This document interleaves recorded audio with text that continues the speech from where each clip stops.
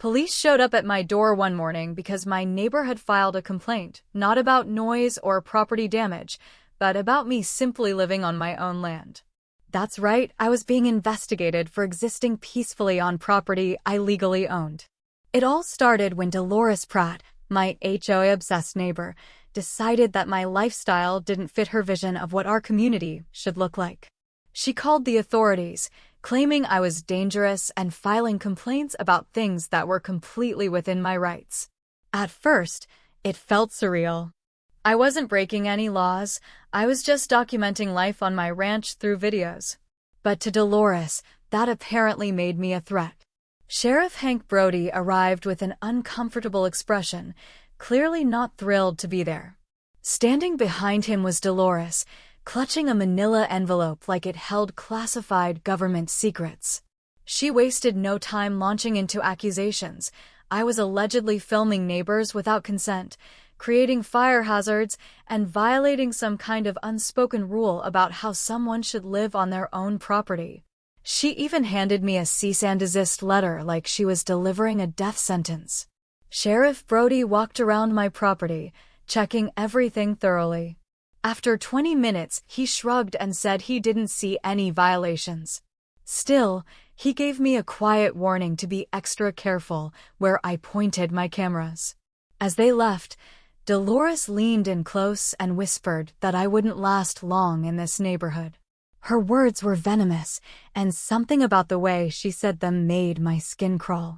I stayed polite but firm, letting her know I had every right to film my own land. She laughed, a sharp, unsettling sound, before storming off. Once they were gone, I sat on my porch reading through the ridiculous legal document she'd given me. My phone buzzed with a mysterious message from an unknown number. Dolores has done this before. Check Arizona HOA records from 2020.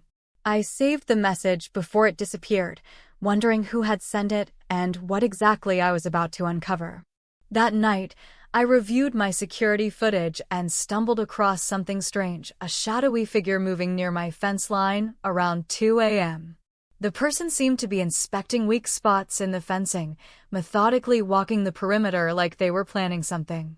As I enhanced the image, I noticed familiar features. It was definitely a woman, and something about her posture looked eerily like Dolores. There was even something metallic glinting in her hand. What really disturbed me was how calculated her movements were. This wasn't random vandalism, it was surveillance. The next morning, I discovered the full extent of her harassment. My garden, which I'd featured in dozens of videos, was completely destroyed.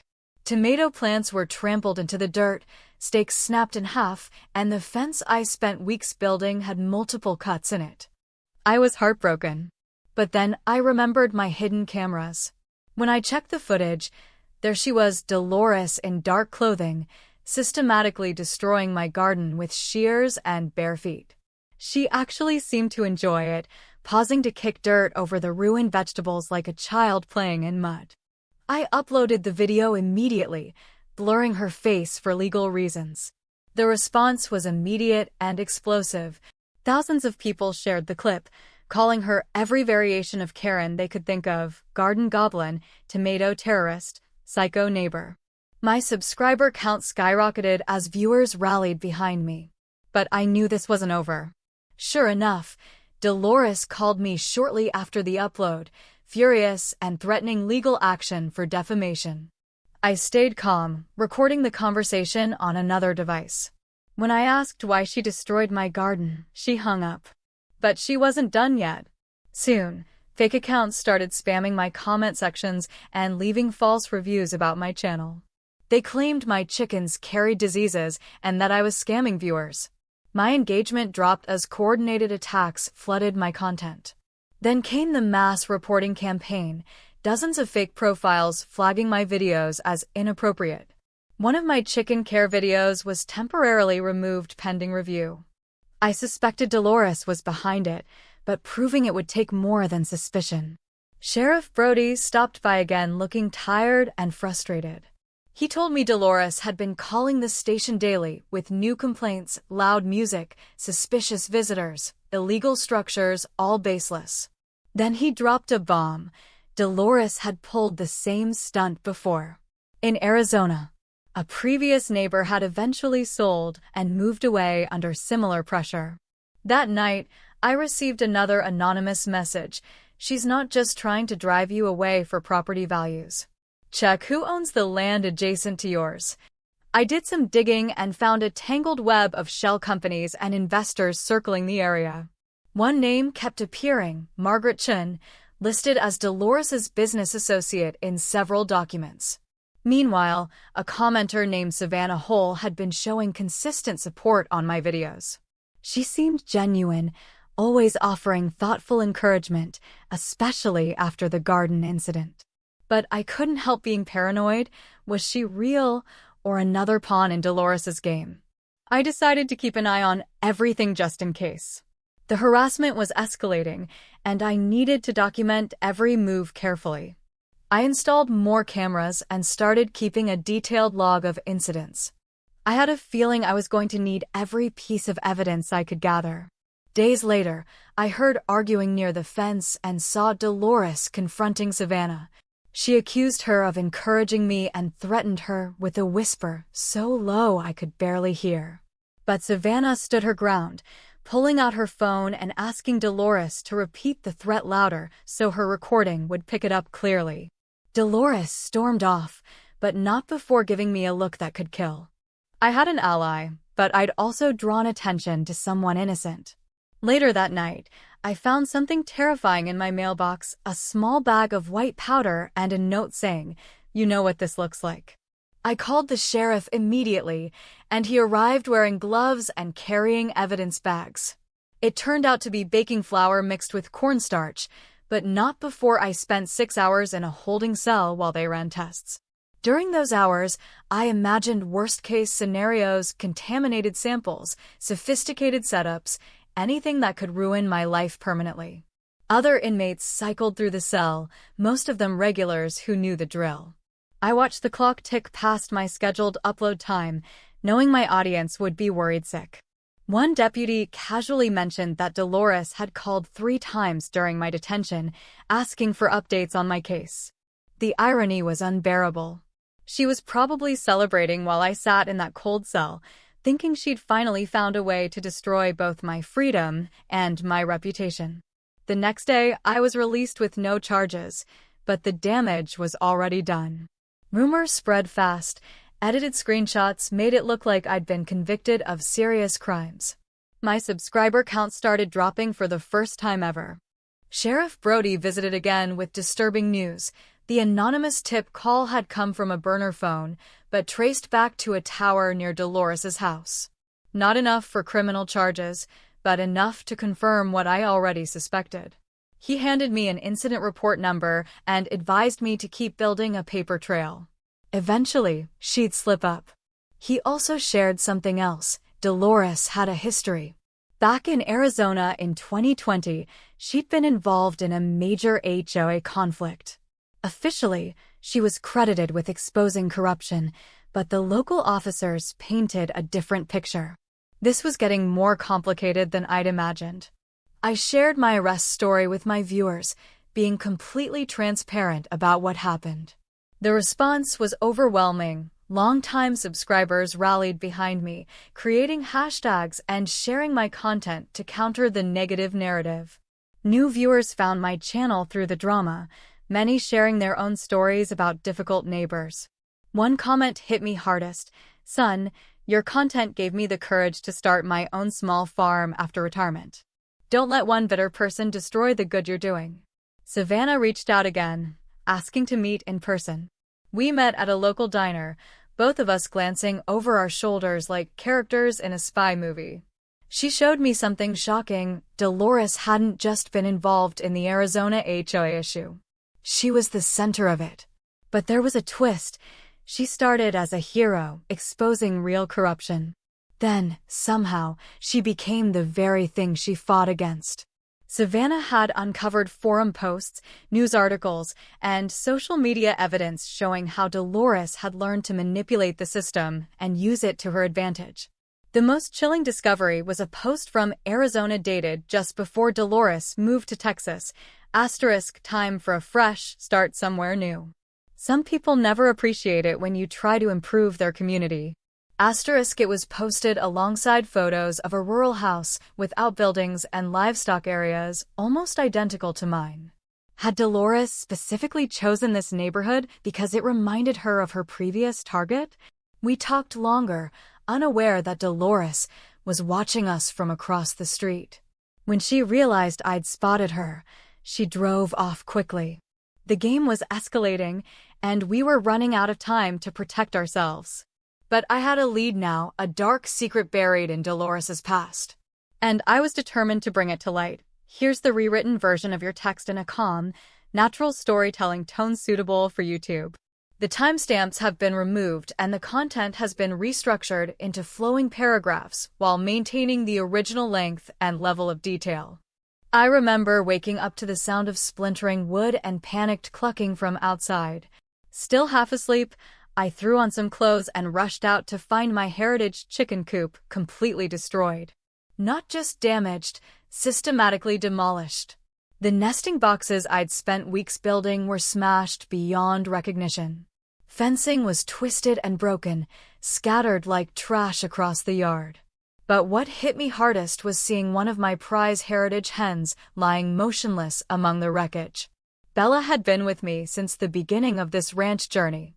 A gentle, beautiful buff Orpington who appeared in dozens of videos. She used to come when I called her name, eating treats right from my hand. Now she was gone, a victim caught in someone else's vendetta. The security footage told the story in painful detail.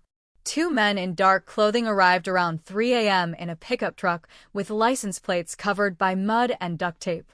They worked fast, using sledgehammers and bolt cutters with disturbing efficiency. Every movement suggested they knew exactly where to strike for maximum damage while minimizing time spent on my property. One focused on structural supports while the other targeted feeding stations and nesting boxes. It wasn't just property destruction, it was an attack on the heart of my heritage chicken program. But the most damning evidence came from a hidden motion camera I'd installed in a nearby oak tree after the garden incident.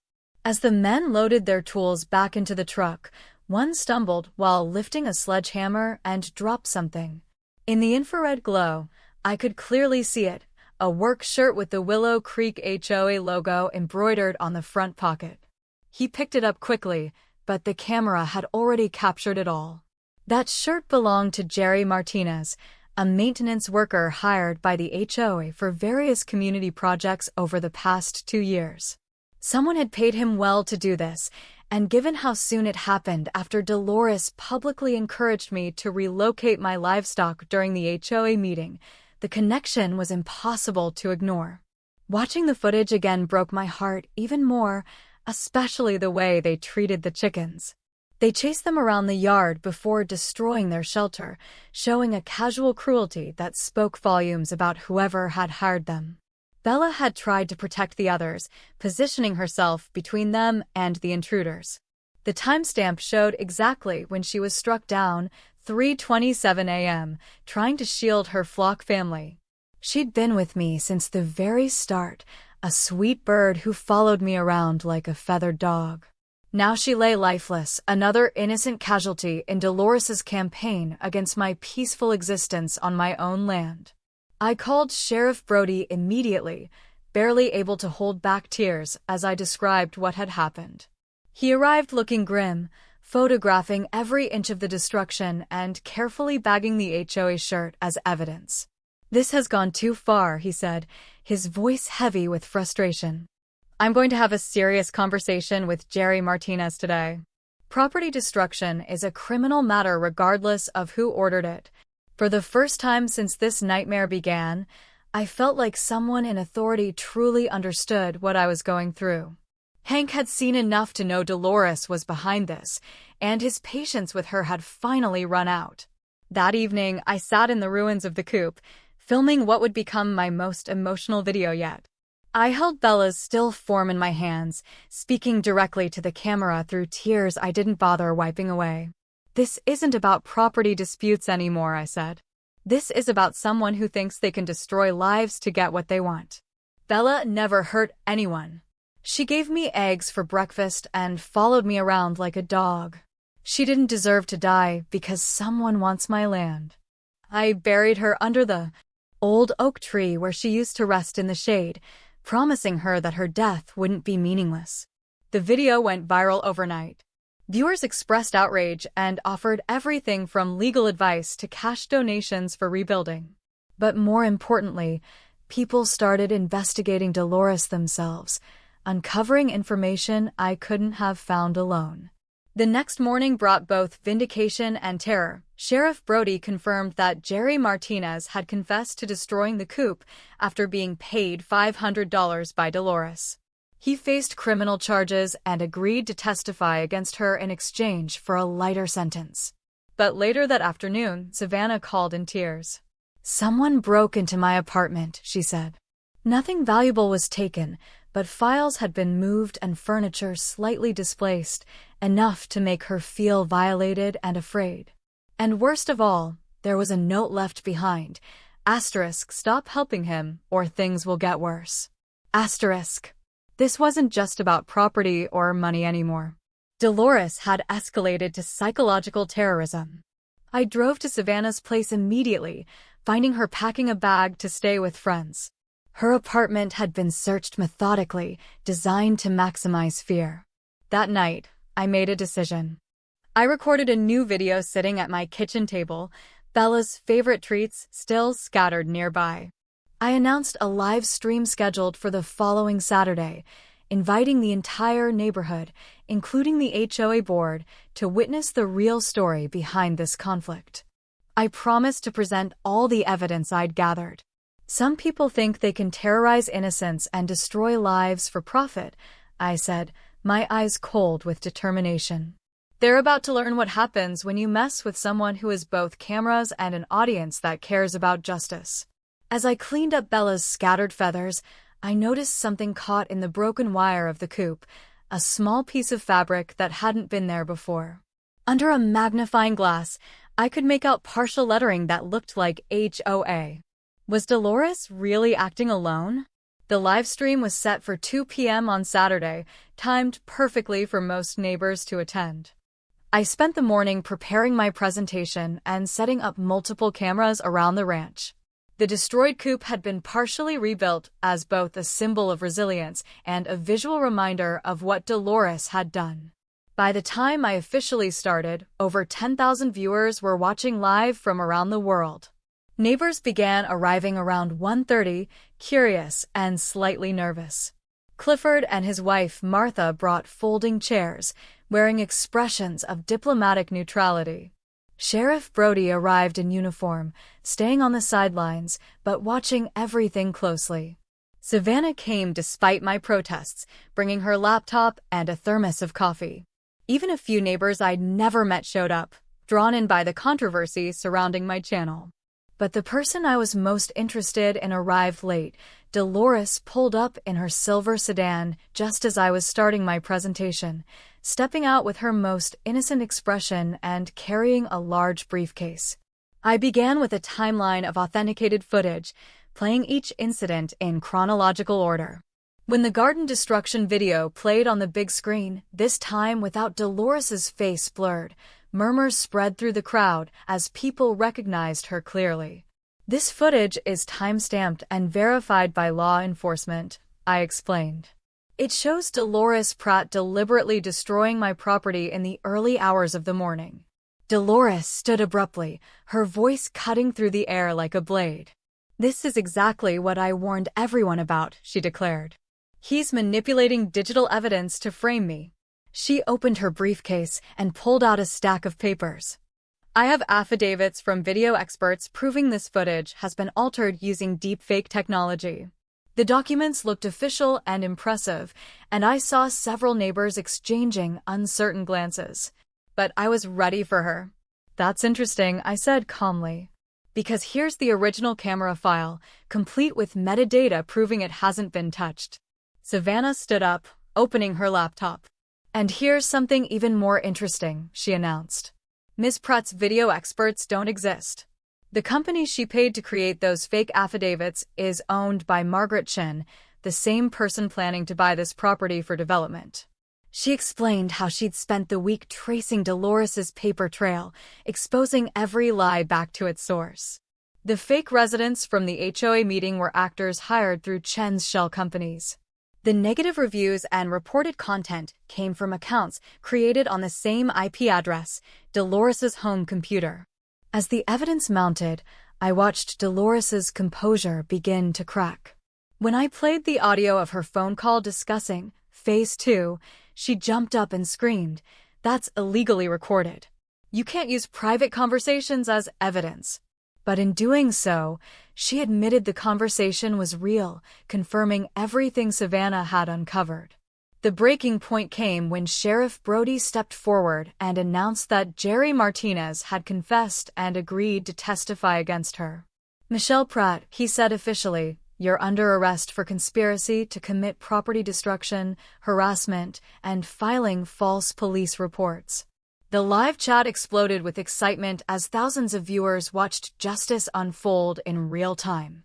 Dolores made one last desperate attempt to control the narrative, lunging toward my camera and screaming about how she'd saved communities before and would save this one too, with or without ungrateful people like you. But as she was led away in handcuffs, her purse spilled open, revealing something that shocked everyone, including me. Among the usual items was a printed email thread between her and someone named Robert Coleman, my own last name. With shaking hands, I picked up the papers as Sheriff Brody guided a ranting Dolores toward his patrol car. The emails detailed a plan to acquire the Coleman property using psychological pressure tactics proven successful in Arizona. But the most chilling part was the final message. Asterisk, the subject's mother was successfully relocated in 2019. Same tactics should work on the son. Asterisk, I looked up at the crowd, then at my live stream audience, my voice barely above a whisper. She targeted my mother, too. The pieces were finally falling into place, but the puzzle was bigger and more personal than I'd ever imagined. That night, Savannah and I gathered in my kitchen to examine the contents of Dolores's laptop bag. The folder labeled HOA Settlement 2020. Zip contained hundreds of documents revealing a shocking truth. Dolores hadn't just been involved in Arizona HOA conflicts. She'd orchestrated a sophisticated scheme to manipulate multiple community associations for personal profit. She started by positioning herself as a community advocate, exposing real problems to gain trust. Then, gradually, she became the very corruption she'd initially fought against, using insider knowledge to manipulate property values and force out targeted residents. The Arizona settlement had paid her over $200,000 to leave quietly and never return. But the most devastating discovery was a subfolder labeled Coleman Family. Dolores hadn't randomly chosen me as a target. She'd been planning this for years. My mother, Sarah Coleman, had lived in a retirement community in Arizona where Dolores operated from 2017 to 2020. The files included psychological profiles, property assessments, and a step-by-step plan to pressure my mother into selling below market value. Photos showed her garden before and after vandalism incidents. Recordings captured her distressed calls to the HOA. The final document was a satisfaction survey rating the Coleman project as highly successful. Asterisk, subject relocated within 6 months using standard pressure protocols. Asterisk. I called my mother immediately, my hands shaking as I dialed. She was living peacefully in Oregon now, having moved there after what she described as problems with a difficult neighbor in Arizona. When I explained what I'd discovered, the long silence on the other end of the line broke my heart. "Oh, honey," she finally said, her voice small and tired. "I wondered if I'd ever be able to tell you about that woman. She made my life so miserable I couldn't stay in the home your father and I saved for 30 years to buy." The next morning, I made the most important video of my life. With the evidence spread across my kitchen table and my mother joining via video call, I told the complete story, not just mine, but the pattern of predatory behavior Dolores had perfected over years. "This isn't about one crazy neighbor," I explained to my audience. This is about someone who systematically destroys communities for profit, using psychological manipulation and abuse to force people from their homes. The video went viral within hours, reaching millions of people who had faced similar struggles with toxic neighbors and corrupt HOAs. Law enforcement agencies from 3 states contacted me about opening investigations into Dolores's activities in their jurisdictions. The community response was swift and decisive. Dolores was banned from attending any HOA functions for 5 years, and all her previous complaints were nullified. Margaret Chen's development company withdrew their offer once the negative publicity made their involvement public. Local news stations interviewed neighbors who admitted they'd been manipulated into supporting Dolores through a mix of fear and misinformation. Jerry Martinez provided additional evidence in exchange for community service instead of jail time. But the most satisfying moment was watching Dolores's own social media become a battleground where victims from her past shared their stories. The legal consequences were severe but appropriate. Dolores pled guilty to multiple charges and was sentenced to probation, community service, and restitution payments. Her dreams of development profits died along with her reputation. Meanwhile, Margaret Chen's company faced its own legal troubles as investigators uncovered a pattern of land grabs targeting vulnerable property owners. 6 months later, my ranch had been completely rebuilt and expanded. The Heritage Chicken program was thriving, now sponsored by agricultural organizations inspired by my story. My channel grew to over 500,000 subscribers, many of whom shared their own stories of standing up to bullies. I launched a series called Document Everything, teaching viewers how to protect themselves from similar harassment campaigns. Savannah became both a close friend and an unofficial ranch coordinator as my channel grew beyond what I could manage alone. Sheriff Brody stopped by regularly, not for emergencies, but just to check on the chickens he'd grown fond of.